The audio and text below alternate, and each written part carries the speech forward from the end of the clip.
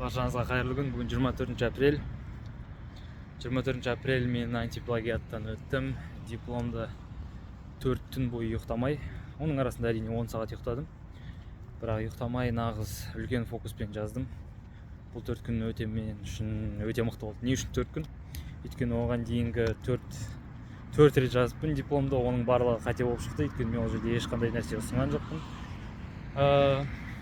Және де кішкене структураларында қате болды, таблицаларында деген сияқты. Өйткені біз экономический факультет болғаннан кейін түгел статистика, есеп барлығы болу керек. Сондықтан нағыз 4 күн ол менің шынайы кәдімгідей тоқтамай жазған 4 күн.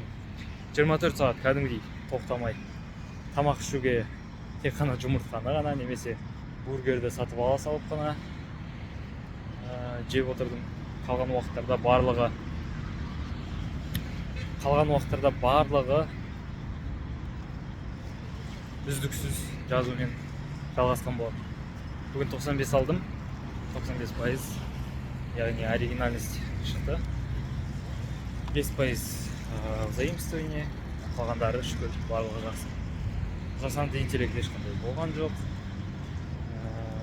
Өз еңбегім ақталды деген сияқты. Керемет бір әсерде болып тұрмын. Бүгін погода да өте күшті. Погода. И мына жақта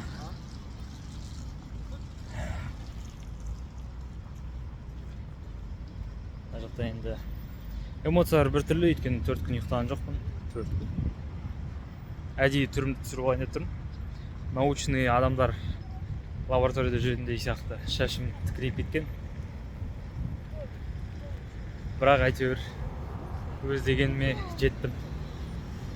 Біз дегенде мен ағылшынша жаздым толықтай. Өйткені 4 жыл бойы ағылшынша оқыдым. Және де биорциолог антиплагиаттан өткеннен кейін ағылшынша дипломды қорғайтын боламыз. Өте керемет болды. Толықтай былай алып қараған кезде менің 1,5 аптам кетті десе де болады. 1,5 аптаның ішінде прям тоқтаусыз деп алатын болсақ, 24 сағат деп алатын болсақ, онда толықтай 1 апта кетті деп айтса болады. Толық прям.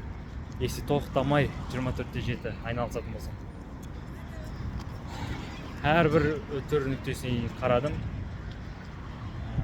Кішкене бір түрлі сезімде болып тұрмын, өйткені не андай емес, не мындай емес, көбікті түсімде де емес, шындықта да емес, бір түрлі бір сезім. Сондықтан ұйықтап алу керек жақсап. Ұйқыны ешқашан жертва етпеңіздер. Негізінде ертерек бастау керек еді деп өзім ойладым.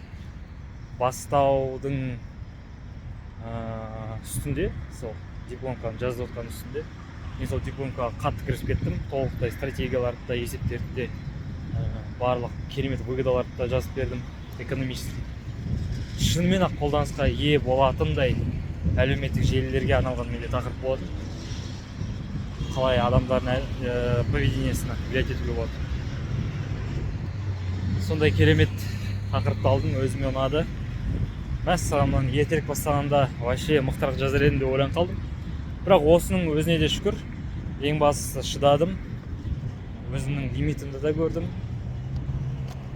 Қалай, қанша ұйықтамай жазуға болады екен. Шынымен ақ күні бойы отырып жазған қандай екенін көрдім. Мысалы 24 сағат үздіксіз бір жерден тұрмай жазып көрдім. 24 сағат помодоро деген бар менде, 45 минут істейсің,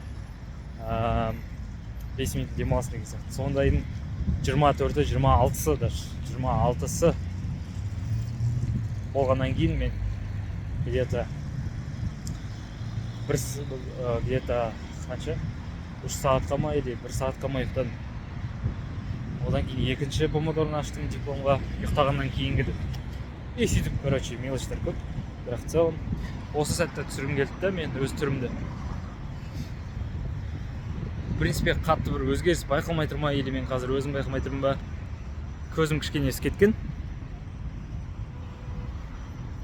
Шашым тікірейіп кеткен. Жалпы осы. Бұндай шаш менде болмаған, вроде вообще. Бірінші өзімді осындай кейіпті көрдім. Сол көргендеріңізге рахмет. әр диплом жазатын адамға сәттілік тілеймін. Өздеріңіз жазыңыздар дипломды. Өзің жазған деген ол бөлек керемет әсер екен. Шынымен ақ өз еңбегің 4 жыл бойы оқыған нәрсенің барлығын алып салғаның. 4 жыл бойы оқыған. Ең бастысы тақырыпты өзіңізге жақсы болып таңдау керек қой. Керемет қылып. Сол кезде керемет кетеді бәрі. Ал былай структурасы, негізгі тағы да басқа нәрселер туралы өте көп әңгіме бар. Мен өзім жаңағы айтқандай 4 рет қате жазып, 5-ші ретінде ғана дұрыстап кірісе бастадым. Диплом деген мынау екен ғой деп. Сол кезден бастап 4 күн кетті, тоқтаусыз. Мен түсіндім деген сияқты кезден бастап. Болды, ары қарай қазір жазам деген сияқты. Солай. Сол көргендеріңізге рахмет. Барлықтарыңызға сәттілік.